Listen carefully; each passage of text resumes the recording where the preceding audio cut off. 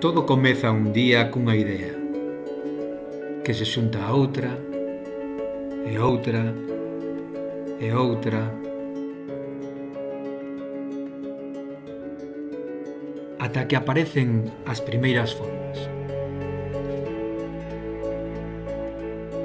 Primeiro, a estrutura, cemento e forma, a base sobre a que todo comeza. Un espazo por construir, un lugar que aínda non sabía o que ia ser, ou quizás sí. Pode ser que el si soubera xa antes de chegar nós non só o que quería ser, senón como quería ser.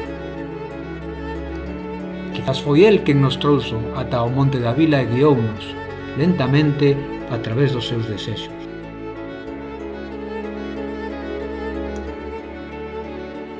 Desde a osamenta, contempla o paso dos días e das mans que lle pasan unha vez e outra, enchendo de formas e cores a súa pel.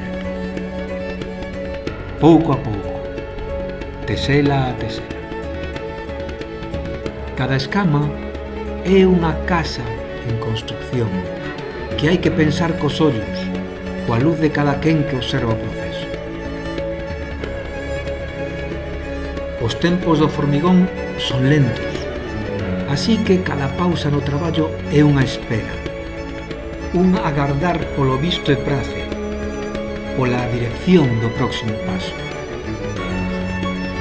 Un ciclo repetido centos de veces: deseñar, cortar, lixar, colocar, deseñar, cortar, lixar, colocar,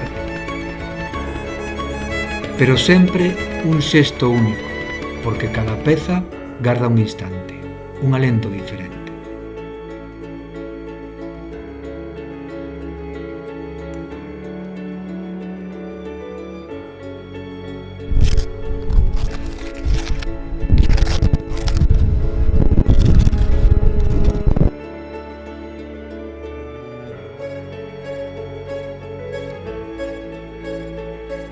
Como na vida, os cambios grábanse no corpo.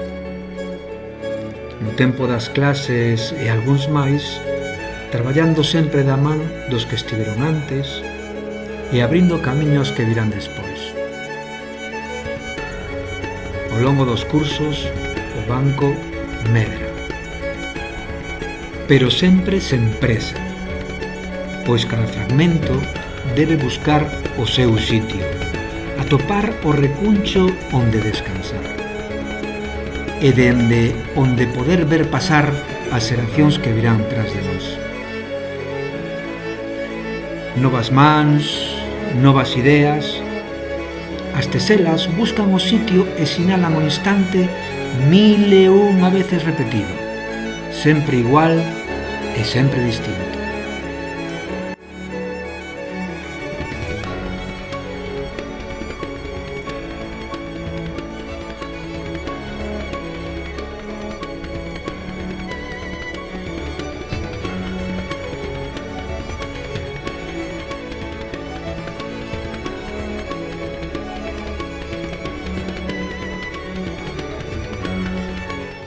Despois de 10 anos, o banco atopou a súa forma. Un banco que xa non pertence só a quen o fixo, senón a quen o habita.